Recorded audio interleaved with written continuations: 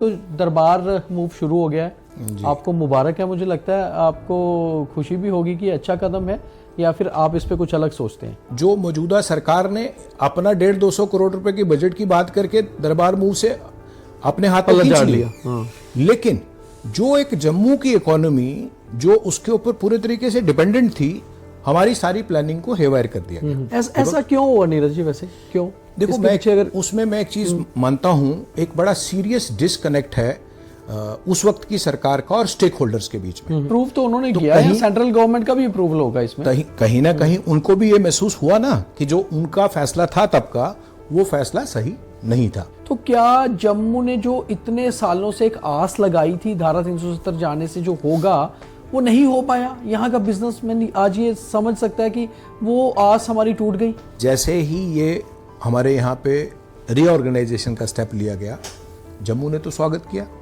लेकिन क्या हो गया, उसके साथ साथ जो जम्मू के स्टेक होल्डर्स थे उनको भी बैक बर्नर पे ले लिया गया। 7 सालों से पेमेंट पेंडिंग है बड़ी कंपनियों की, और जो कॉन्ट्रैक्ट्स ई टेंडरिंग के अगेंस्ट उन्होंने माल देके, गवर्नमेंट ने, फाइनेंस डिपार्टमेंट ने लिक्विडेटर भी अपॉइंट करके सब कुछ कर लिया। इसमें बीजेपी का रोल क्या रहा? क्योंकि 28 विधायक तो बीजेपी के भी थे, चाहे वो अपोजिशन में थे।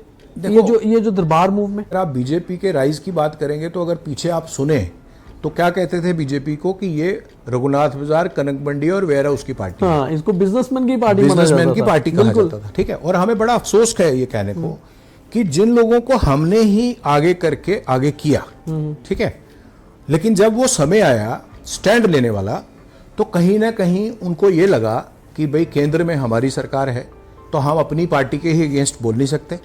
जो चीज़ें उनको भी पता है कि भाई ये डिसीजंस कुछ ठीक नहीं हो रहे, लेकिन उनकी भी मजबूरी इसीलिए बनी कि वो बात नहीं कर पाए। उसका मैं कहता हूँ खमियाजा जम्मू को बहुत डियरली पे करना पड़ा। जम्मू अपने पैरों पे खड़ा नहीं हो पाया, और जो बाहर से बिजनेसमैन आया उसके लिए जम्मू गोल्ड माइन बन गया। क्योंकि हम ईज ऑफ डूइंग बिजनेस की बातें तो करते हैं, लेकिन हम ईज ऑफ डूइंग बिजनेस दे नहीं पाए। क्योंकि जो कोहिजन होना चाहिए था, ये तो अभी बीच में कहता हूं मैं, पॉलिटिकल सरकार अब बनी है, उसके पहले तो कोई दिक्कत नहीं थी ना। बिल्कुल। लेकिन तब भी मेरे को लगा कि हमने लोकल स्टेक होल्डर्स को इन्वॉल्व ही नहीं किया। चाहे दरबार मूव कराने में रोल केंद्र सरकार का या एलजी साहब का भी रहा हो, मगर सहरा तो चीफ मिनिस्टर के सर बंधा, उसमें एलजी सरकार का रोल नहीं रहा। उनको लगा कि ये एक पॉलिटिकल मूव बेशक है, लेकिन लोगों की डिमांड भी। आपको लगता है कि कहीं ना कहीं कुछ अंदर से देखा जाए तो वो कमी है कि आप एक मतलब सीनियर एक बिजनेसमैन के तौर पर, पुराने बिजनेसमैन, ये समझकर आप वापस आ गए बाहर? जब मैं बीजेपी में था, क्योंकि वो हमारी पार्टी रही है, तो वहाँ इंडस्ट्री सेल का कन्वीनर बनाया गया, लेकिन क्या हुआ कि जो दिल्ली चाह रही थी वैसा यहाँ पे हो नहीं रहा था।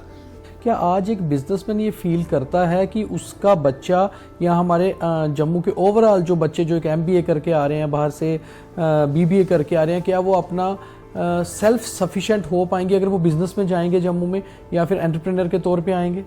जम्मू की जो एग्जिस्टिंग इंडस्ट्री थी हमारी, ठीक है, मैं क्यों बाहर आया कि उनकी जो प्लाइट थी, हम उनके साथ बैठते थे तो जो इंसेंटिव उनको डिक्लेयर्ड थे सरकार की ओर से, उनको वो भी नहीं दिए गए। दाएं बाएं हम जितना मर्जी खेलें, मगर सीधी बात करना और सीधा खेलना बहुत जरूरी है। इसीलिए स्ट्रेट बैट से स्ट्रेट ड्राइव खेलना चाहिए। दरबार जम्मू शुरू हो गया, यानी कि 2021 में जो दरबार मूव को बंद किया गया था उसको वापस अब शुरू कर दिया गया है। यूं तो ये प्रथा करीबन 150 साल पुरानी थी, मगर इस बार जब इसको शुरू किया गया तो सहरा बांधा मुख्यमंत्री उमर अब्दुल्ला ने अपने सर, और एक विजय यात्रा भी निकाली अपने सरकारी आवास से सिविल सचिवालय तक। उनके साथ चैम्बर के लोग भी नजर आए, और बहुत बढ़ चढ़कर यह कहा गया कि जम्मू के हित के लिए इसे किया गया है। मगर क्या जम्मू आज अपने पांव पर खड़ा नहीं हो पा रहा है, और उसे दरबार मूव की ही जरूरत है इकोनॉमी को आगे ले जाने के लिए, सेल्फ सफिशिएंट होने के लिए, अपने व्यापार को बढ़ाने के लिए? और क्या केंद्र सरकार और राज्य सरकार मिलकर कुछ ऐसा कर पाई है कि यहाँ का व्यवसायी, बिजनेसमैन, जो कि बैकबोन होता है किसी भी स्टेट या यूटी की इकोनॉमी का, वो इतना काबिल हो पाया कि यहाँ पर कुछ काम हो पाए? इसके लिए आप उसी से बात कर सकते हैं जो इसे बेहतर समझते हो। और हमारे साथ आज हैं चैम्बर ऑफ ट्रेडर्स फेडरेशन के प्रेसिडेंट नीरज आनंद, जो वाइस प्रेसिडेंट भी हैं confederation of all India traders federation के, यानी कि कैट के। तो दोनों तरह से बेटर समझेंगे इनसे। नीरज जी, सबसे पहले तो दरबार मूव शुरू हो गया है, आपको मुबारक है। मुझे लगता है आपको खुशी भी होगी कि अच्छा कदम है, या फिर आप इस पे कुछ अलग सोचते हैं? नहीं, है तो ये हमारी आज की मौजूदा सरकार का बहुत सराहनीय प्रयास है। क्योंकि क्या हुआ, इसको थोड़ा सा इसकी अगर आप पृष्ठभूमि में जाएंगे दीपक जी, तो वो ये है कि जम्मू ने सदैव जो हमारी इकोनॉमी का एक इम्पॉर्टेंट हिस्सा रहा है दरबार मूव, क्योंकि महाराजा गुलाब सिंह के समय से ये प्रथा चलती आ रही है। और एक जम्मू का जो ट्रेडिंग वर्ग है, जम्मू कश्मीर आप जानते हैं एक मूलतः ट्रेडिंग इकोनॉमी है, तो जम्मू कश्मीर का जो प्लानिंग होती थी हमारी, जो हमारे बाज़ार हैं, ओल्ड सिटी के हैं, सेक्रेटरीट के इर्द गिर्द जितने भी मार्केट्स हैं, भटिंडी है, नरवाल है, सिदड़ा है, जितने भी ये एरियाज़ हैं जहाँ जहाँ सेक्रेटरीट एम्प्लॉयज़ के क्वार्टर्स हैं या उनको रेजिडेंशियल एकोमोडेशन मिलती है, तो विंटर्स में क्या होता था कि ना केवल एम्प्लॉयज़ आते थे, जब वहाँ विंटर जोन की छुट्टियाँ होती थी तो वहाँ से उनके परिवार भी जम्मू में शिफ्ट करते थे। और उससे क्या होता था कि जो जम्मू की इकोनॉमी है उसमें वो एक बड़ा रोल प्ले करते थे। और ये एक चूँकि प्रथा बनी हुई थी, लेकिन क्या हुआ जब 2021 में हमारे लिए ये हैरानगी भी थी, लेकिन हमें लगा जम्मू को इन पर्टिकुलर कि अगर सरकार ने ये कदम उठाया है तो इसके एवज में उस इकोनॉमी का जो धक्का हमारे बाजारों को लगना था उसको भरपाई करने के लिए सरकार कुछ कदम उठाएगी जी। जैसे उस वक्त रीज़न दिए गए कि भाई आज ई ऑफिस का टाइम है, जम्मू में भी कैंप ऑफिस होंगे, वहाँ भी होंगे, तो मूवमेंट की ज़रूरत नहीं है। जैसा आप जानते हैं कश्मीर में भी सेक्रेटरीट है, जम्मू में भी है। लेकिन मेरे को ये अफसोस हुआ देख के कि जो मौजूदा सरकार ने अपना 150-200 करोड़ रुपए की बजट की बात करके दरबार मूव से अपने हाथ में खींच लिया, लेकिन जो एक जम्मू की इकोनॉमी जो उसके ऊपर पूरे तरीके से डिपेंडेंट थी, हमारी सारी प्लानिंग को हेवायर कर दिया गया। क्योंकि आप अगर देखेंगे इससे पहले एक प्रयास हुआ था जब पॉलिटिकल गवर्नमेंट होती थी, तो कश्मीर से यह प्रयास हुआ कि तब कश्मीर में ही सचिवालय रखा जाएगा। बिल्कुल। तो जम्मू ने एक बड़ी लंबी लड़ाई लड़ी, तब भी ट्रेडिंग कम्युनिटी ने और सिविल सोसाइटी ने मिलके कि भाई जम्मू में भी दरबार आना चाहिए। रीजन चाहे वो सीट ऑफ पार 6 महीने वहाँ 6 महीने यहाँ का था, plus economy was the bigger reason, इसीलिए तो ट्रेडिंग कम्युनिटी ने इसको सपोर्ट किया था। बिल्कुल। जम्मू ने तब लड़के दरबार यहाँ लाया, लेकिन जब आज की मौजूदा हमारी यूटी सरकार में ये फैसला लिया गया तो आपने देखा जम्मू से कोई विरोध नहीं हुआ था जी। क्यों नहीं हुआ था? क्योंकि लोग होपफुल थे कि जम्मू की जो मौजूदा सरकार है 2021 वाली, वो कुछ ना कुछ इसके भरपाई के लिए कदम उठाएगी। लेकिन हमें अफसोस हुआ वैसा कुछ नहीं किया गया और जम्मू के व्यापार को अपने सिर के ऊपर ही सस्टेन करने के लिए छोड़ दिया गया। और उसमें एक बड़ा चैलेंजिंग फैक्टर बीच में आया। ऐसा क्यों हुआ नीरज जी? वैसे क्यों? देखो, उसमें मैं एक चीज मानता हूं, एक बड़ा सीरियस डिस्कनेक्ट है उस वक्त की सरकार का और स्टेक होल्डर्स के बीच में। आपने देखा होगा कि कई मुद्दों के ऊपर सरकार के साथ जब हमारे चैम्बर ऑफ कॉमर्स की आपस में बात नहीं बनी तो मुद्दे यहां तक चले गए कि जम्मू बंद की कॉल भी देनी पड़ी। बिल्कुल। लेकिन बड़ा अफसोस से मुझे कहना पड़ता है आज कि अगर आप बंद करते हैं तो आपकी कोई सुनने वाला नहीं, उल्टा उसको अदर वे राउंड ले लिया जाता है। आज हमारे इंडस्ट्रियल एसोसिएशन अखबार में कोई रिलीज भेजते हैं, ट्रांसपोर्टर कुछ प्रेस कॉन्फ्रेंस करते हैं, हमारी ट्रेड बॉडी कोई प्रेस कॉन्फ्रेंस करती है, अपने इश्यूज को रेज करती है।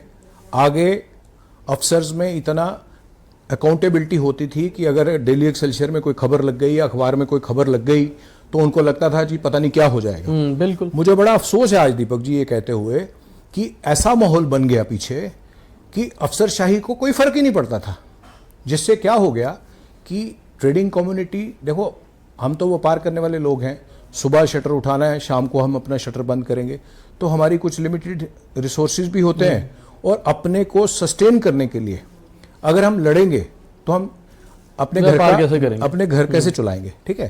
तो उसमें मुझे ये कहेंगे, आपने जैसे कहा ना कि जम्मू उसके लिए सेल्फ सस्टेन कर पाया, मैं कहूँगा बिल्कुल नहीं कर पाया था।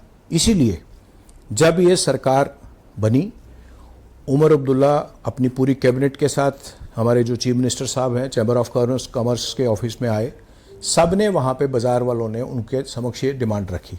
वहाँ उन्होंने कहा भी मजाकिया लहजे में, जो एज ए पॉलिटिशियन उनका बनता था, उन्होंने कहा अगर लोगों के मन में इतनी नाराजगी थी इस बात को लेके तो वो हमें इलेक्शंस में तो नजर आई, बड़ा पॉपुलर हुआ था कि वहां नजर नहीं आई। क्यों? क्योंकि उनका कहना सही था भी लोगों ने वोट तो हमें दिया नहीं। हाँ। लेकिन यस, वहां पे आप ये समझ सकते थे कि जो हमारी लोकल लोगों की क्या हालत थी।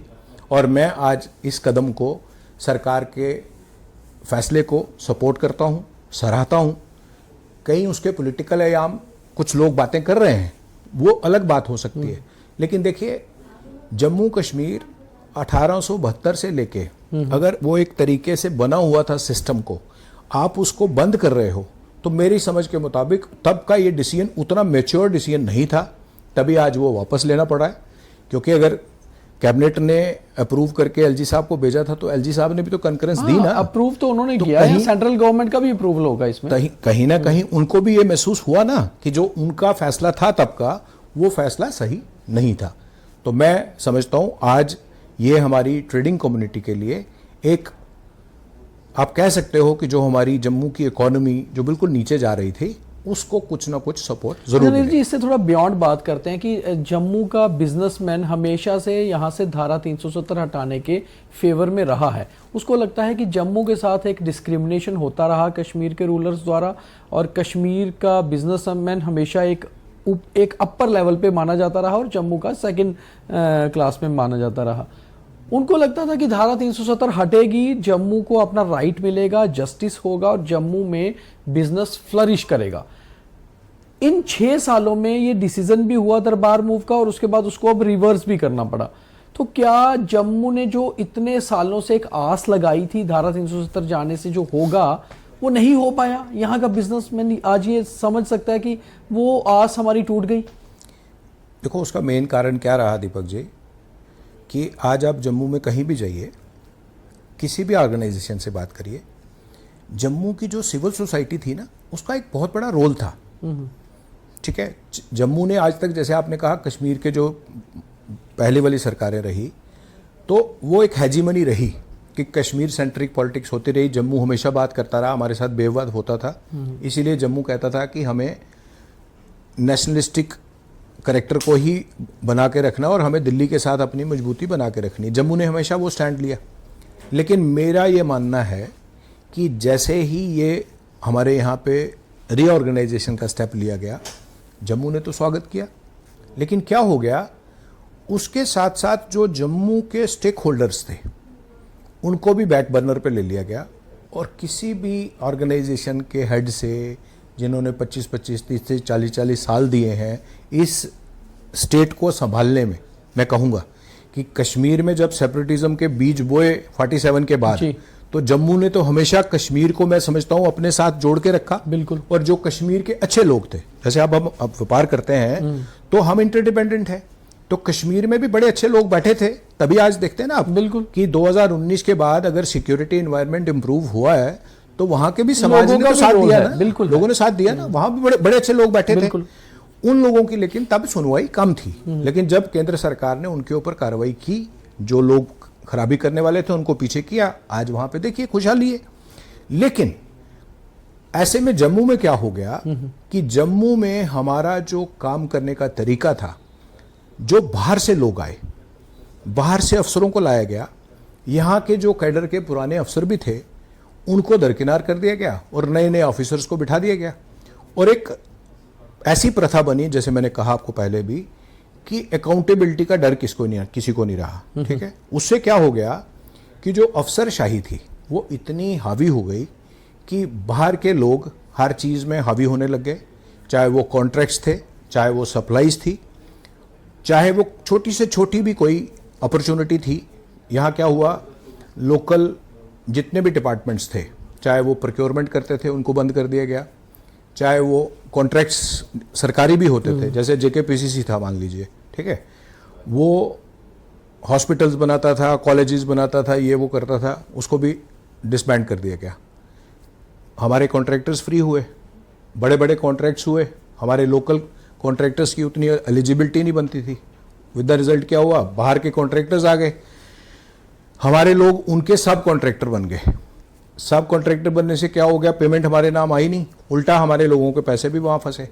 ठीक, और ऐसा माहौल बन गया कि जो सप्लायर्स हमारे लोगों ने सप्लाई की थी गवर्नमेंट डिपार्टमेंट पे, क्योंकि लोग जम्मू कश्मीर में समझते थे कि गवर्नमेंट की सप्लाई करो, भले कंपटीशन में काम होता था लेकिन पैसे इकट्ठे मिलते थे, टाइम टू टाइम पेमेंट्स होती थी।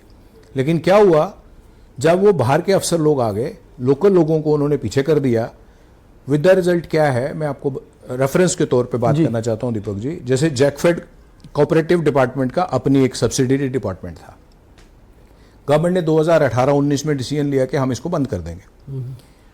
19 के लोगों ने पैसे जो सप्लाई की हुई है डिपार्टमेंट को, गवर्नमेंट ने उसकी असेट्स और लाइबिलिटी को टेक ओवर किया बिल्कुल, कि गवर्नमेंट उसको पे करेगी। लेकिन मुझे बड़े अफसोस के साथ कहना पड़ रहा है दीपक जी, आज 2025 में भी कंपनीज ने सप्लाई कर रखी है, उनको payments on one pretext or the other 7 सालों से पेमेंट पेंडिंग है बड़ी कंपनियों की। और जो कॉन्ट्रैक्ट्स ई टेंडरिंग के अगेंस्ट उन्होंने माल देके, गवर्नमेंट ने, फाइनेंस डिपार्टमेंट ने लिक्विडेटर भी अपॉइंट करके सब कुछ कर लिया। लेकिन उससे क्या हुआ, जो हमारे सप्लायर वहां जुड़े थे, बड़ी कंपनियों को तो फर्क पड़ता नहीं, लेकिन कहां फर्क पड़ा, जैसे हमारे लोकल कंपनीज थी और जम्मू की जो लोकल काम कर रहे थे लोग, उनको फर्क पड़ा। दूसरा क्या है, हम बात करते हैं इंडस्ट्रियलाइजेशन की, हमने 28,400 करोड़ का पैकेज जैसे लाया, लेकिन जो कंपनियां यहां सप्लाई कर रही हैं, चाहे वो मेडिकल डिपार्टमेंट में है, चाहे वो कॉन्ट्रैक्टर्स के थी, चाहे वो सीमेंट की थी, चाहे वो स्टील की थी, चाहे हमारे ट्रांसपोर्टर थे, लॉजिस्टिकली तो ट्रांसपोर्ट ही बिल्कुल लेके जाता ना आगे। आज आप किसी शोबा से पूछ लो, उनकी payments outstanding on one pretext the other. आज फाइनेंस डिपार्टमेंट के पास लाइबिलिटी आप उठा के देख लो। उससे क्या हो गया कि जो एक अकाउंटेबिलिटी की कमी आई, तो जम्मू जो थी ही मूलतः ट्रेडिंग इकोनॉमी, वो सस्टेन नहीं कर पाई, क्रम्बल कर गई। बाजार में आज सीवियर लिक्विडिटी क्रंच है, जिसको हम मंदा बोलते हैं अपनी भाषा में कि बहुत मंदा है।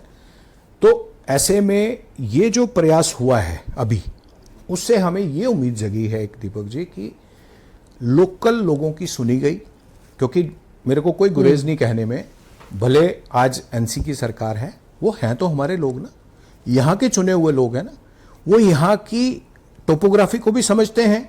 उनको ये लगा कि अगर हम अपने लोगों को ये रिस्पाइट देंगे तो हम अपने बलबूते खड़े हो जाएंगे।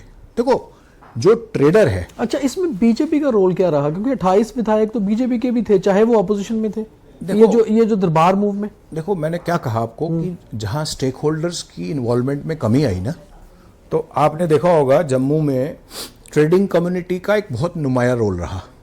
आपने बीजेपी की बात करी, बिल्कुल, लेकिन अगर आप बीजेपी के राइज की बात करेंगे तो अगर पीछे आप सुने तो क्या कहते थे बीजेपी को कि ये रघुनाथ बाजार, कनक मंडी और वेयर हाउस की पार्टी, हाँ, इसको बिजनेसमैन की पार्टी कहा जाता था। ठीक है, और हमें बड़ा अफसोस है ये कहने को कि जिन लोगों को हमने ही आगे करके आगे किया, ठीक है, लेकिन जब वो समय आया स्टैंड लेने वाला, तो कहीं ना कहीं उनको ये लगा कि भाई केंद्र में हमारी सरकार है, तो हम अपनी पार्टी के ही अगेंस्ट बोल नहीं सकते।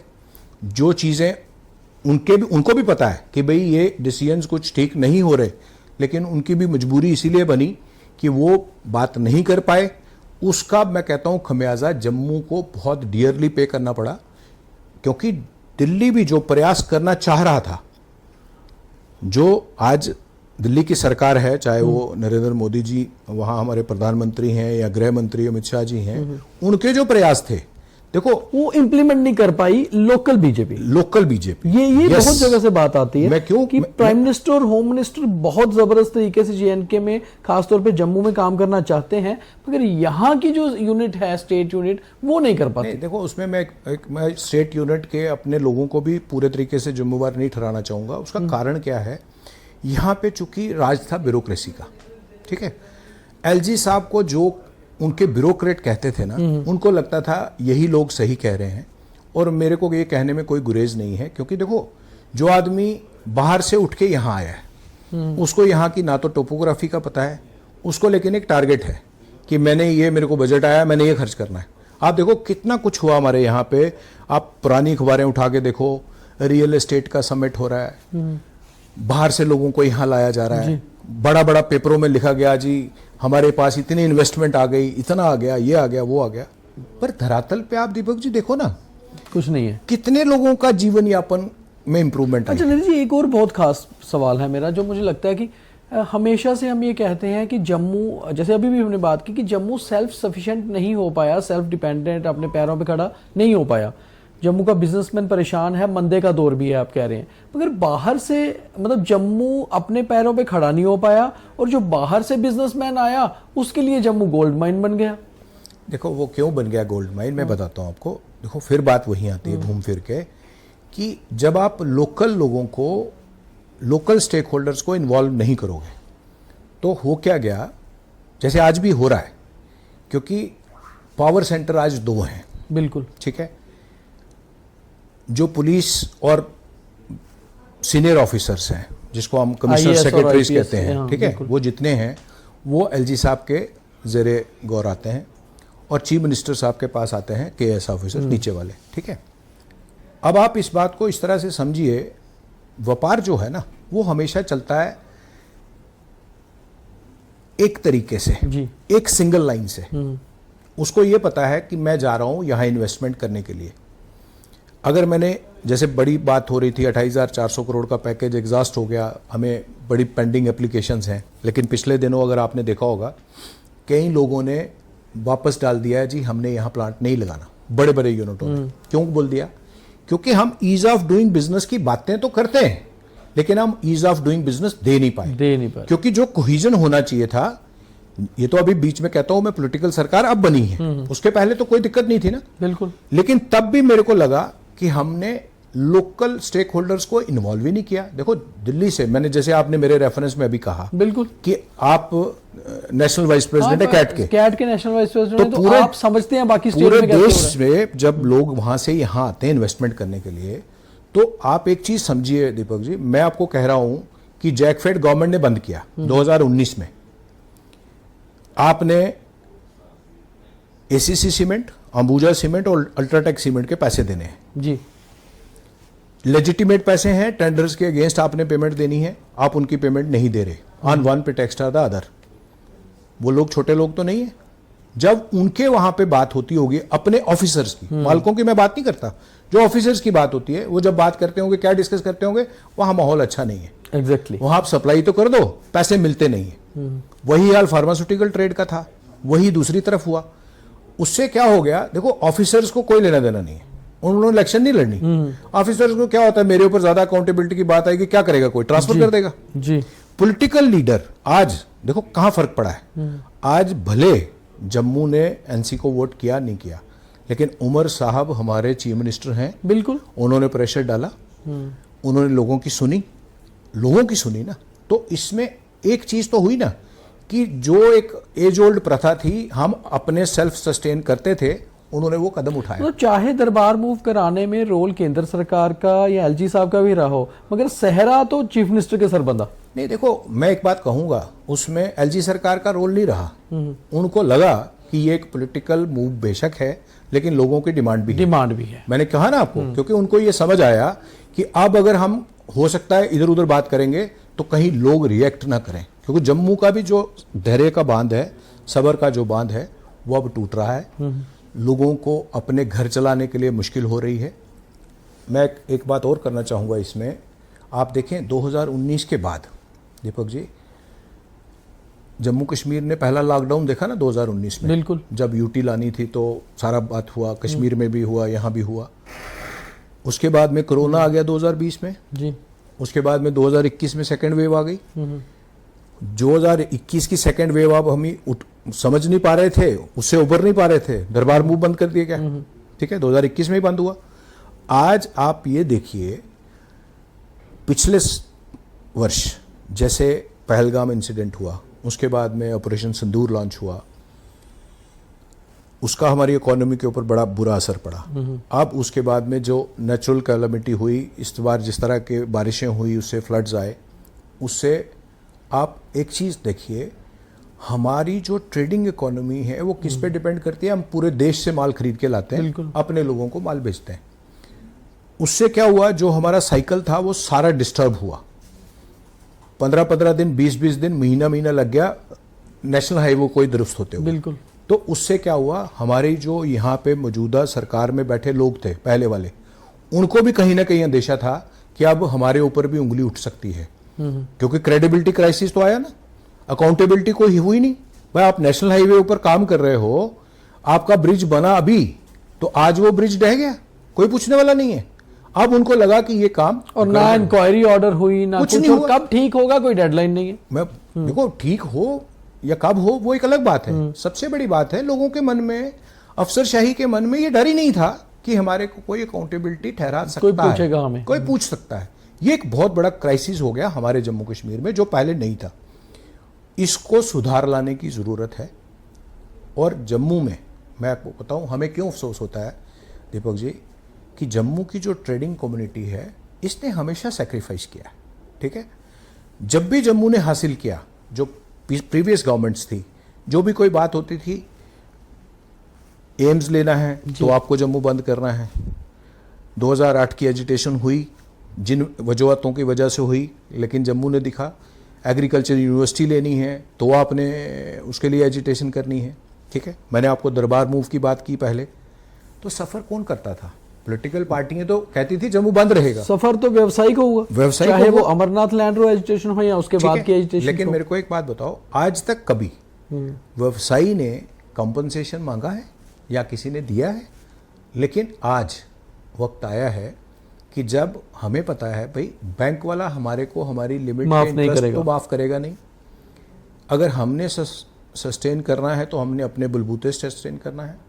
और हमारे को कंपटीशन देने के लिए देखो, आज जो ई कॉमर्स प्लेटफॉर्म आ गए हैं, हमारा जो ट्रेडिशनल व्यापार करने का तरीका है वो ऑलरेडी स्ट्रेस में है, ठीक है।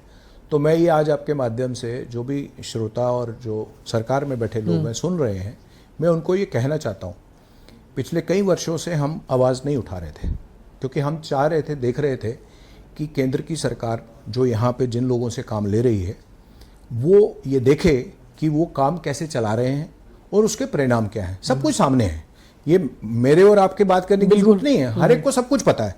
सिर्फ अब क्या था, जम्मू के लोग चुप बैठे थे, शायद उनको लगता था जम्मू के लोगों के पास कोई अल्टरनेटिव नहीं है।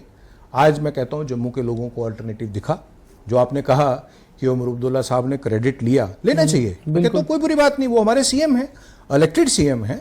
अगर वो आज कोई अच्छा करते हैं दोनों रीजन्स में, इससे आपस का जो हमारा सोशल नेटवर्किंग है, हमारा एक दूसरे का इतनी देर से सौहार्द है, अगर वो बढ़ता है, पास्ट में क्या हुआ वो पास्ट है। हमने अगर नया जम्मू कश्मीर आगे ले जाना है, आज चूंकि जब हम रेस्टवाइल स्टेट थे तब जम्मू कश्मीर लद्दाख था। आज लद्दाख अपनी लड़ाई खुद लड़ रहा है, वो अपने को सेल्फ सस्टेनिंग बना रहा है। तो आज जम्मू कश्मीर को मेरी समझ के मुताबिक केंद्र की सरकार की ओर से हैंड होल्डिंग की ज्यादा जरूरत है। क्यों? और उसमें जम्मू को और ज्यादा जरूरत है। आप इसको इस तरह से समझिए दीपक जी कि कश्मीर को ऊपर वाले ने बहुत कुछ दिया है। Kashmir is very blessed, beauty wise, horticulture wise, वहाँ की प्रोड्यूस बहुत अनरिच्ड है। सेब होता है, अखरोट होता है, बादाम होते हैं, केसर होता है। उसकी वजह से उनकी सेल्फ सस्टेनिंग इकोनॉमी है। खूबसूरती इतनी है, नेचुरल ब्यूटी इतनी है कि वहाँ के पार्क्स को, स्नोफॉल को, बाबा अमरनाथ जी वहाँ बैठे हैं, पूरे देश भर से, विश्व से सैलानी वहाँ आते हैं। जम्मू उस मसले में खुद करना पड़ेगा। कह तो रहा हूँ मैं, खुद देखो, हम बात कर सकते हैं, गाइड कर सकते हैं, लेकिन हमें हैंड होल्डिंग तो सरकार की चाहिए। जी, मैंने आज आपके साथ जो ये डिस्कशन हम कर रहे हैं, ये as a chamber of traders federation के तौर पे आप आज उनके प्रेसिडेंट के तौर पे यहाँ हो, मगर बीच में आपका एक छोटा सा पॉलिटिकल एक टेन्योर भी रहा। आप बीजेपी में गए, आप वहाँ इंडस्ट्रियलिस्ट यूनिट के भी इंचार्ज रहे, फिर आप बीजेपी से बड़े रिस्पेक्टेड तरीके से आपने कहा कि मेरे बस का नहीं है ये रोग सियासत, तो आप बाहर आ गए। आपको जब बीच में थे, अगर आप जितना बताना चाहेंगे, आपको लगा कि पॉलिटिकल पार्टी बीजेपी जैसी, जिसे जम्मू ने अडॉप्ट किया है, समझ लीजिए जम्मू कहता है कि हमारी अपनी पार्टी है, चाहे पंडित प्रेमनाथ डोगरा का समय हो, जनसंघ का, या फिर बीजेपी जब बनी तब से लेकर ही, जैसे आपने कहा कि लोग बीजेपी को शहरी पार्टी या जम्मू की अपनी पार्टी मानते थे, आज भी मानते हैं। 28 MLA अभी जिताए हैं। आपको लगता है कि कहीं ना कहीं कुछ अंदर से देखा जाए तो वो कमी है कि आप एक मतलब सीनियर एक बिजनेसमैन के तौर पर, पुराने बिजनेसमैन, ये समझकर आप वापस आ गए बाहर? देखिए दीपक जी, ऐसा होता है कि लाइफ में बड़े पड़ाव आते हैं ज़िंदगी में, और हर चीज़ से आदमी कुछ सीखता है। हम अगर वहाँ गए, वहाँ भी हमने कुछ सीखा ही। और सबसे बड़ी बात क्या है, जब मैं बीजेपी में था, क्योंकि वो हमारी पार्टी रही है, तो वहाँ इंडस्ट्री सेल का कन्वीनर बनाया गया। लेकिन क्या हुआ कि हम वहाँ कोई इलेक्टोरल पॉलिटिक्स के लिए तो गए थे नहीं, बिल्कुल। लेकिन जब मुझे अंदर जाके ये महसूस हुआ कि जो हमारा लोकल इंडस्ट्रियलिस्ट है उसके प्रोत्साहन के लिए कुछ काम नहीं हो पा रहा, तो हमने प्रयास तो बहुत किया जितना हो सकता था। फिर मुझे लगा कि नहीं, अगर मैं इस पद के ऊपर यहाँ बैठा रहूँगा तो शायद अपनी जो कोर कॉन्स्टिट्यूंसी है, जो हमारे व्यापारी वर्ग है, उसके साथ में जस्टिस नहीं कर पाऊँगा, उनकी आवाज़ को नहीं उठा पाऊँगा।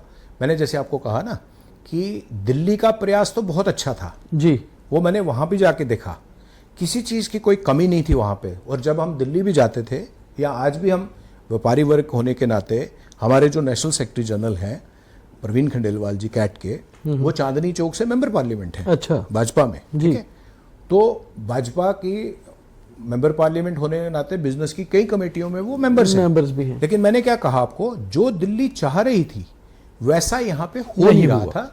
बहाने बनाए, सिक्योरिटी का दिया इशू या कुछ भी किया, मैंने कहा उसके लिए सबसे बड़ी कसूरवार हमारी यहाँ की अफसरशाही रही। उन्होंने चीज़ों को फोटो ऑप्स के लिए मैं कहूँगा ज़्यादा काम किया। जबकि अगर आप आज देखें, कभी विवेचना करें अपना दीपक जी पिछली, आप एक चीज़ देखेंगे, 28,400 करोड़ रुपया इंडस्ट्रियल का पैकेज आया जी, स्मार्ट सिटी के तहत कितने हज़ार करोड़ का पैकेज आया, जल शक्ति के लिए कितने का आया, पीडीडी के लिए कितने का आया, केंद्र सरकार ने दिए ना। क्या वो पूरा लगा? लगने की बात आप छोड़ो ना, 4 बारिशें हुई और सब तो सब कुछ धर्म भरम हो गया। तो आज मैं तभी कह रहा हूं, आज समय है, हमें व्यापारी वर्ग को कोई फर्क नहीं पड़ता, हम इन चीजों में नहीं जाते कौन क्या कर रहा है, लेकिन भाई अकाउंटेबिलिटी तो होना तय होनी चाहिए ना कि आखिर कौन जिम्मेवार है। कौन जिम्मेवार है भाई, कोई पूछने वाला नहीं, किसी को कोई डर नहीं। उसकी वजह से ही मैं आपको बताऊं, आज अगर हम ये बात कर रहे हैं, बड़े दावे से बात कर रहे हैं कि जम्मू ने अपने आप को पूरे तरीके से बिट्रेड फील किया है। आज हमारे बच्चे, आप देखिए, इतना पैसा लगने के बाद दीपक जी, आप जम्मू में कहीं भी सर्वे करवा लीजिए, किसके जीवन में सुधार आया? हम स्मार्ट सिटी में इतने पैसे खर्च किए, क्या हमारी सिटी कहाँ स्मार्ट हो गई? जल शक्ति में इतने पैसे लगे, कहाँ हमारे को पानी का इंफ्रास्ट्रक्चर इंप्रूव हो गया?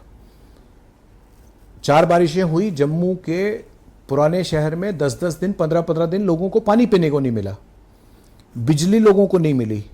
आज आप अगर सर्वे करवाइए, कितने बच्चे हैं हमारे जो नए यूनिट लगा पाए? मैं यही पूछने वाला था नीरज जी कि आप एक पुराने शहरी भी हैं, एक बिजनेसमैन भी हैं, क्या आज एक बिजनेसमैन ये फील करता है कि उसका बच्चा या हमारे जम्मू के ओवरऑल जो बच्चे जो एक MBA करके आ रहे हैं बाहर से, BBA करके आ रहे हैं, क्या वो अपना सेल्फ सफिशिएंट हो पाएंगे अगर वो बिजनेस में जाएंगे जम्मू में, या फिर एंटरप्रेन्योर के तौर पे आएंगे? अपॉर्चुनिटीज हैं? मैं बता रहा हूँ आपको, ऐसा माहौल बना दिया गया कि जम्मू की जो एग्जिस्टिंग इंडस्ट्री थी हमारी, ठीक है, मैं क्यों बाहर आया कि उनकी जो प्लाइट थी, हम उनके साथ बैठते थे तो जो इंसेंटिव उनको डिक्लेयर्ड थे सरकार की ओर से, उनको वो भी नहीं दिए गए। देखो, हम एक देश के ऐसे कॉर्नर में बैठे हैं, समझना पड़ेगा कि हम लैंडलॉक्ड हैं। देखो, कश्मीर से आगे हम कहीं जा नहीं सकते, ठीक है। यहाँ से हम जो भी माल बनाएंगे, हमें वापस तो हम बेच नहीं सकते, बिल्कुल, क्योंकि हमारे साथ कंपटीशन के हमारे जो नेबरिंग स्टेट्स हैं, वहाँ से ही हमारा रॉ मटेरियल आना है, फिर बना के हमने वापस बेचना है। तो हम ये बातें बड़ी करते रहे पहले, लेकिन हुआ क्या कि जो बाहर से लोग आए, वो अपने आप को इतने समझदार और इंटेलेक्चुअल समझते हैं कि उनको जम्मू के लोगों की ज़रूरत ही नहीं रही, उन्होंने कश्मीर के लोगों को सुना ही नहीं। वो सारे अपनी अपनी मर्जी के हिसाब से जो उनको पैसे आए उन्होंने बांटा। कहाँ बांटा, इसके ऊपर चर्चा होनी चाहिए, क्योंकि हमारे लोगों को तो सुधार हुआ नहीं। हमारे बच्चे जो हम इतनी देर से फाइट करते थे कि भाई यहाँ ब्रेन ड्रेन होता है, जो हमारा इंटेलिजेंट बच्चा होता है यहाँ से पढ़ने के लिए बॉम्बे जाता है, बेंगलोर जाता है, हैदराबाद जाता है, वो वापस आता नहीं। तो जम्मू को तो हम सिटी ऑफ रिटायरीज बोलते हैं ना, बिल्कुल। क्या इंप्रूवमेंट हो गई उसमें दीपक जी? आप कहीं भी सर्वे करवाइए। तो 6 साल में कोई ऐसा नहीं हुआ कि बच्चा यहाँ रुक के कुछ काम करना चाहे, वो आज भी बाहर जा रहा है, कॉर्पोरेट सेक्टर घूम रहा है, नौकरियों की भी कमी है। हम कह तो रहे थे कि हमने यहाँ पे इंडस्ट्रियलाइजेशन करनी है, लेकिन हुआ क्या कि मूलतः हम लोग ट्रेडिंग इकोनॉमी के साथ साथ हम टूरिज्म सेक्टर को बढ़ावा देते तो हम इसको और अच्छा बना सकते थे। हमारी जो को तभी तो मैंने कहा लोकल स्टेक होल्डर्स को किसी ने पूछा नहीं, भाई हम ये करेंगे, हम बाहर वाले को लगाएंगे। बाहर वाला इंडस्ट्रियलिस्ट जो अपने घर से छोड़ के एक कन्फ्लिक्ट जोन में आएगा, देखो जो मर्जी है, जम्मू कश्मीर पूरे देश के लिए आज भी एक ट्रबलसम एरिया है। आपने देखा जब ऑपरेशन सिंदूर हुआ, कौन से एरियाज टारगेट हुए, किसी को बताने की जरूरत नहीं है। अब जो आदमी कठुआ में इंडस्ट्रियल यूनिट लगा रहा था बड़े शौक से, जब उसने ये सब कुछ देखा, उसका नेगेटिव इम्पैक्ट हुआ कि नहीं हुआ? तो उससे हमारे यहाँ इन्वेस्टमेंट और बढ़नी चाहिए कि घटनी चाहिए, ये तो किसका देखना काम है? सरकार का काम है। अब सेल्फ सस्टेनिंग इकोनॉमी में हमारे जो ट्रेडिंग सेक्टर में हमें काम करना चाहिए था, हमें अपने टूरिज्म को बढ़ावा देना चाहिए था, हमें आईटी सेक्टर पे काम करना चाहिए था, एजुकेशन सेक्टर हमारे यहाँ बहुत बढ़िया हो सकता है। हमने आदरणीय चीफ मिनिस्टर साहब ने जो सिटीजन काउंसिल की पहली मीटिंग बुलाई, मैंने उसी मीटिंग में उनको ये सुझाव दिया कि हमारे यहाँ आप देखिए हिमाचल में प्राइवेट यूनिवर्सिटी है, मैंने उनको कहा हमारे यहाँ प्राइवेट यूनिवर्सिटी क्यों नहीं हो सकती? कुछ ऐसे करिकुलम, ऐसे कोर्सेज हैं कि हमारे बच्चे जो यहाँ इंडस्ट्रियलाइजेशन होगा भी, आज ऑटोमेशन का ज़माना है, आर्टिफिशियल इंटेलिजेंस का ज़माना है, जो बड़ा यूनिट लगाएगा दीपक जी वो लेबर ओरिएंटेड नहीं लगेगा। 1 साल में उमर अब्दुल्ला क्या कुछ कर पाए बिजनेसमैन के लिए, जम्मू के बिजनेसमैन के लिए पर्टिकुलरली? देखिए मैं एक बात ज़रूर कहूँगा, आज कम से कम एक विश्वास तो बना है कि हमारे पास कोई तो है जिसके साथ हम जाके बात कर सकते हैं। जो एक सीरियस डिसकनेक्ट बन गया था ना, देखो ऑफिसर भी यहाँ पे मिनिस्टर से भी ऊपर बिहेव कर रहे थे, ठीक है। उनको एक ब्यूरोक्रेट को मैंने कहा ना, उसको कभी उसने लोगों से वोट थोड़े लेने हैं, उसको ये लगता था मुझे किसी की ज़रूरत नहीं है तो मैं काहे को सुनूंगा, समय ही नहीं मिलता। और अगर मिलता भी है, हम उनको अगर कुछ लिख के दे के आए हैं, उसके ऊपर कोई कार्रवाई हुई नहीं हुई, कोई पूछने वाला नहीं। लेकिन आज कम से कम देखो जो मर्जी है, आज उमर सरकार में जम्मू के भी हमारे डिप्टी सीएम भी हैं, सतीश शर्मा भी हैं, कहीं ना कहीं आप उनसे 2 बार पता चले यहाँ हैं, समय मांगो आप जा सकते हो, बात कर सकते हो, उससे एक डायलॉग तो शुरू हुआ ना। हम अपने लोगों को ये बताने वाले तो बन रहे हैं ना। मगर सेंटर गवर्नमेंट का और स्टेट गवर्नमेंट का हमारी आपस में कहीं कोलैबोरेशन में कमी नजर आती है अलायंस में, जिसका नुकसान बिजनेसमैन को हो रहा है? नहीं देखो, वो तो डिसीजन मेकिंग में आप रोज़ ही सुन रहे हो, अखबार में आते हैं कि अगर वाउच कर रहे हैं हमारे सीएम साहब कि यहाँ स्टेटहुड मिलना चाहिए, तो उसका कारण तो यही है ना कि भाई कुछ भी वो डिसीजन लेंगे तो फाइनल कंकरेंस के लिए तो वो एलजी साहब के पास जाएगा। और कहीं ना कहीं जो हमारी सीनियर ब्यूरोक्रेसी है वो आज भी एलजी साहब के ही अधीन है। तो वो एक आपको पता है फाइल को लटकाने के लिए तो कहीं पे भी तरीका हो सकता है। एज ए बिजनेसमैन आपको स्टेटहुड का होना या नहीं होना कितना फर्क पड़ता है? देखो उसमें ये तो एक पॉलिटिकल डिस्कोर्स का तो है, लेकिन मैं एक बात समझता हूँ कि पावर एक जगह होनी चाहिए, ज़्यादा ठीक रहता है। उससे डिसीजन मेकिंग जल्दबाजी में होती है, जल्दी होती है, लोगों के डिसीजन होते हैं। लेकिन इसमें चूंकि ये हमारा मैंडेट नहीं है तो हम इसके ऊपर ज़्यादा बात नहीं करेंगे। लेकिन एक बात पक्की है, जैसे आपने अभी बात करी ना, तो कुछ बड़े इंपॉर्टेंट मुद्दे हैं जो मैं उठाना चाहता हूँ। वो ये हैं कि जैसे हमारी जम्मू की सबसे इम्पॉर्टेंट मंडी बिजनेस के लिहाज से, एक तो वेयर हाउस है जो एसेंशियल कमोडिटीज़ के साथ डील करती है, दूसरी है फ्रूट मंडी नरवाल की, ठीक है। तो फ्रूट मंडी नरवाल का विषय मैं आपको बताऊं दीपक जी, हम पिछले 2020 में उनकी दुकानों की लीज खत्म होनी थी 2021 में, तो 2020 में उस वक्त आदरणीय मुर्मू साहब थे लेफ्टिनेंट गवर्नर, हम उनके पास गए तो हमने उनके समक्ष ये विषय उठाया कि जी हमारी अगले वर्ष लीज खत्म होने वाली है, तो कृपया इसके ऊपर संज्ञान लिया जाए। उन्होंने बहुत अच्छा हमसे बात की और बोला भी कि भाई हमें तो इसके ऊपर ज़रूरत ही नहीं है कंट्रोल रखने की, इसको तो फ्री होल्ड कर देना चाहिए। मूवमेंट भी हुई, फाइल भी चली, लेकिन मुझे बड़े अफसोस के साथ कहना पड़ रहा है कि 2020 के बाद आज तक हमारी मंडी की लीज का मुद्दा अच्छा, ऐसे ही लटक रहा है। कभी फाइल इधर से उधर हो रही है, आज कर रहे हैं, कल कर रहे हैं। विद द रिजल्ट क्या हुआ कि हमारे जो व्यापारी थे वहाँ पे, उनको बैंक से, आपको पता है हर एक ने आजकल बैंक से लोन और लिमिट ले रखे होते हैं। बैंक्स ने 1 साल देखा, हमने उनको रिक्वेस्ट की जी हम ट्राई कर रहे हैं, अभी हो रही है, कल हो रही है। बाद में अल्टीमेटली बैंक्स ने उनको लिख दिया व्यापारियों को कि भैया आप हमें अल्टरनेट कोलेट्रल सिक्योरिटी दो, नहीं तो हम ये आपकी खत्म कर रहे हैं रिन्यूअल जो है, आप पैसे जमा कर दो, नहीं तो आप एनपीए हो जाओगे। आज मुझे बड़े अफसोस के साथ कहना पड़ रहा है कि वो डिसीजन नहीं हुआ, जिसकी वजह से हमारा व्यापारी परेशान हुआ। लेकिन अब क्या हुआ है, देखो फर्क आता है। जब पॉलिटिकल डिस्पेंसेशन आई, हमने उनके साथ टेकअप किया, अब वो उसके ऊपर संज्ञान ले रहे हैं, उन्होंने कमेटी भी गठित की है, बात आगे चल रही है। कहने का भाव ये है मेरा कि जब पॉलिटिकल सरकार रहती है, देखो after all we are a democratic, बिल्कुल लोकतंत्र में, लोकतंत्र में चुनी हुई सरकार जो होती है वहीं पे लोगों की बात सुनी जाती है। जो अफसरशाही होती है, मैंने पहले भी कहा, उसका लोगों के साथ कोई लेना देना नहीं है, उसने इंप्लीमेंट करना है। बिल्कुल। जो डिसीजन लेने वाले हैं, हमारे यहाँ पे एक बड़ा लंबा अरसा हो गया, क्योंकि 2018 के बाद पहले मलिक साहब गवर्नर रहे, उसके बाद में मुर्मू साहब आए, अब हमारे एलजी साहब रहे। ये तो पिछले वर्ष ही सरकार बनी है जी। तो लोगों को लग रहा है कि कोई हमारी बात को सुनने वाला है। हालांकि शुरुआत में उमर साहब को लगा कि जम्मू ने हमें वोट नहीं दिए, तो जम्मू को कहीं थोड़ी बहुत नाराजगी हमें भी लगा। लेकिन अभी हम देख रहे हैं वो मुद्दों को सुन रहे हैं और हमें उम्मीद भी बन रही है। वो तो अपना पॉलिटिकल वे फॉरवर्ड भी तैयार कर रहे होंगे कि अगली बार जम्मू के साथ कुछ करूंगा तो शायद जम्मू मेरी तरफ आए। बिजनेसमैन का वे फॉरवर्ड क्या है सेल्फ डिपेंडेंट होने के लिए? देखिए, मैं आपको पहले यही कहा ना कि हमारी जो स्टेट है, यहाँ पे भी टूरिज्म के ऊपर अगर हम काम करें तो वो जम्मू रीजन में भी तो अपॉर्चुनिटीज हैं। मैं कह रहा हूँ ना, हमारा सबसे बड़ा वे फॉरवर्ड वही है। हम इंडस्ट्रियलाइजेशन के ऊपर, देखो पहले भी पैकेज आए, ये कोई पहला पैकेज नहीं है। आप पीछे भी जाएं, पास्ट में भी जाएं, तो इंडस्ट्री को लाने के लिए यहाँ बहुत प्रयास हुए। लेकिन जैसे वो पैकेज खत्म हुआ, बाहर का इंडस्ट्री था वो बंद करके चला गया। जैसे आपने देखा होगा बड़ी ब्राह्मण में भीलवाड़ा बहुत बड़ा ग्रुप था, जब वो खत्म हुआ, हिंदुस्तान लीवर का था, वो चले गए।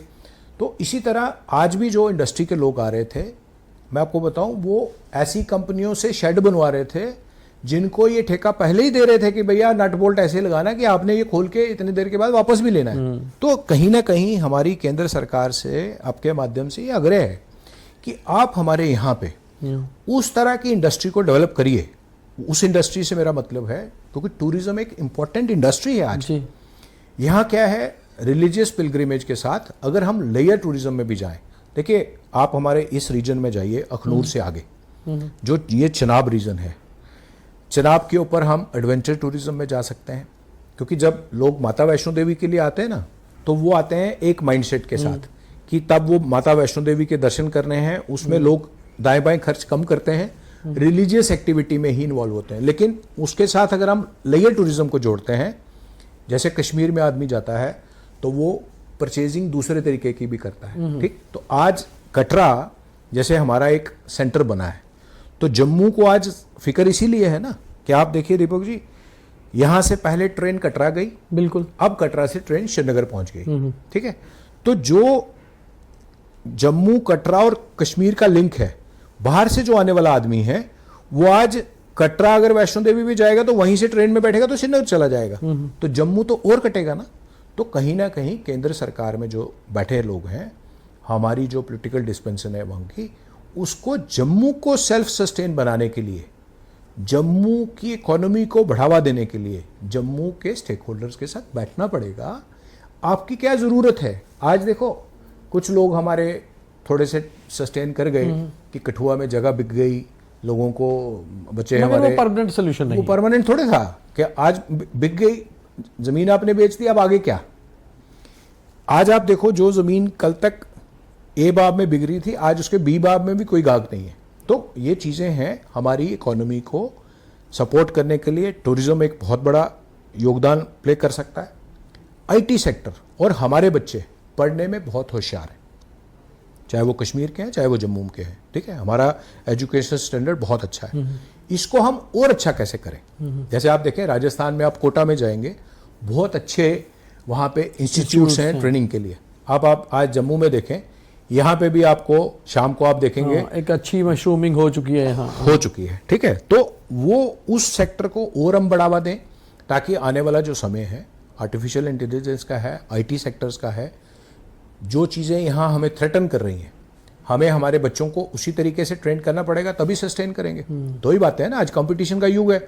मैंने जैसे ब्लिंकिट की बात की, हम आज अमेजोन की बात करते हैं, फ्लिपकार्ट की बात करते हैं, उन्होंने अपनी स्पेस लेनी है, हमें अपनी स्पेस कैसे बचानी है, हमको उस काबिल बनना पड़ेगा। तो हमारा जो एक आम आदमी होता है उसके पास इतनी कुव्वत नहीं होती कि वो अपने आप अपने सस्टेन कर सके, और हम एक बहुत बड़ी थिक पॉपुलेटेड नेशन है। हम ये अफोर्ड नहीं कर सकते कि हम सेंट्रलाइज कर दें और कुछ हाथों के पास कमांड दे दें, तो बाकी वाले लोग जो जाएंगे वो रोटी कहाँ खाएंगे। फिर उल्टी अनार्की होएगी, जो लोग फ्री होंगे, खाली दिमाग शैतान का घर होता है, तो हमारे यहाँ पे लॉ एंड ऑर्डर प्रॉब्लम्स आएंगे, दिक्कत होएगी।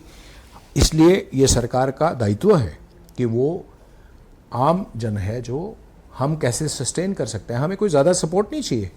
हम व्यापारी वर्ग में हैं, हम आज फाइनेंसिंग बड़ी लिबरल है, बैंक्स आपको अगर आपके क्रेडेंशियल अच्छे हैं आपको सब कुछ मिल जाता है।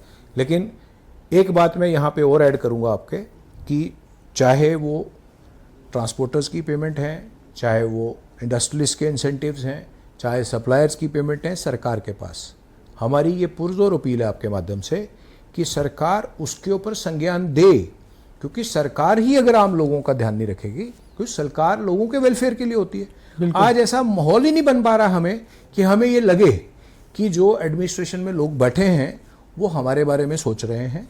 वो जो एक पुराना सिस्टम होता था ना, कि उनके पास आप जाते थे, हम उनको कहते थे जी ये पेमेंट इतनी देर से आउटस्टैंडिंग हो गया था, अच्छा इतनी है तो चलो यार इतने % तो दे देते हैं आपको।